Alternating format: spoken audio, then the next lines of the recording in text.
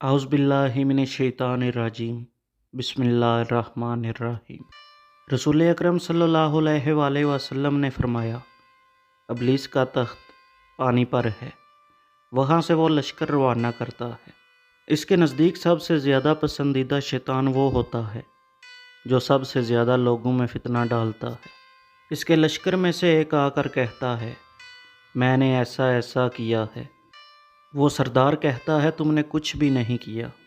پھر ان میں سے ایک آ کر کہتا ہے، میں نے میاں بیوی کے درمیان جھگڑا کروا دیا ہے۔ وہ اس کو اپنے قریب کر کے کہتا ہے، ہاں تم نے بہت اچھا کام کیا ہے، اور اس کو گلے سے لگا لیتا ہے۔ میاں بیوی میں اختلاف پیدا کرنا شیطان کے نزدیک سب سے بہتر کام اس لیے ہے کہ ان کے اختلافات صرف دو انسانوں ہی کے درمیان نہیں بلکہ دو خاندانوں کے درمیان ہوتے ہیں، جس کے نتائج بہت برے نکلتے ہیں۔ لہٰذا میاں بیوی کو ایسے موقع پر اعوذ باللہ من الشیطان الرجیم پڑھنا چاہیے۔